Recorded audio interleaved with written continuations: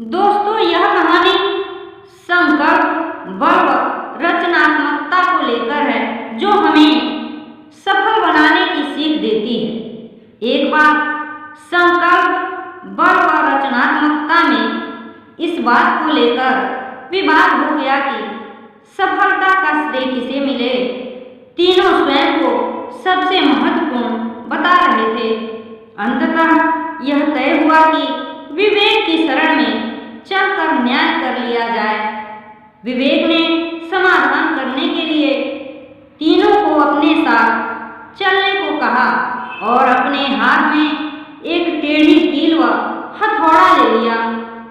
चलते चलते वे लोग एक ऐसे स्थान पर पहुंचे जहां एक बालक खेल रहा था।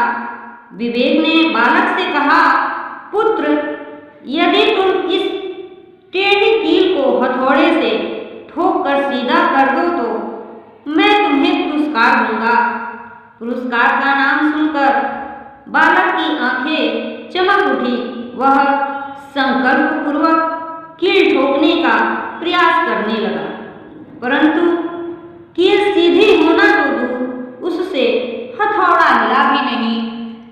यह देख विवेक ने कहा, सफलता हेतु अकेला संकल्प निरर्थक है।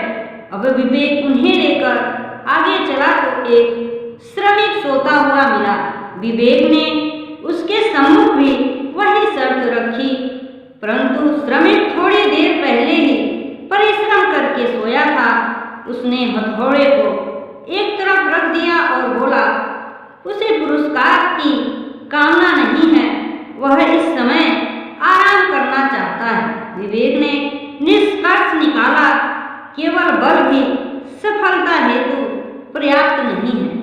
इसके बाद चारों आगे चल पड़े। आगे चलने पर उन्हें एक कलाकार मिला। विवेक ने कलाकार को कील को सीधी करने का अनुरोध किया और बदले में वही शर्त रखी। कलाकार ने कील को रेतीली भूमि पर रखा और हथौड़े से चोट मारी। कील तो सीधी नहीं हुई, परंतु सभी की आंखों में रेत भर गई। अब विवेक ने कहा, सफलता प्राप्त करने के लिए अकेली रचनात्मकता भी पर्याप्त नहीं है। संकल्प, बल व रचनात्मकता तीनों के सम्मिलित प्रयास से ही सफलता प्राप्त होती है। मनुष्य अपनी ऊंचाइयों को छू सकता है,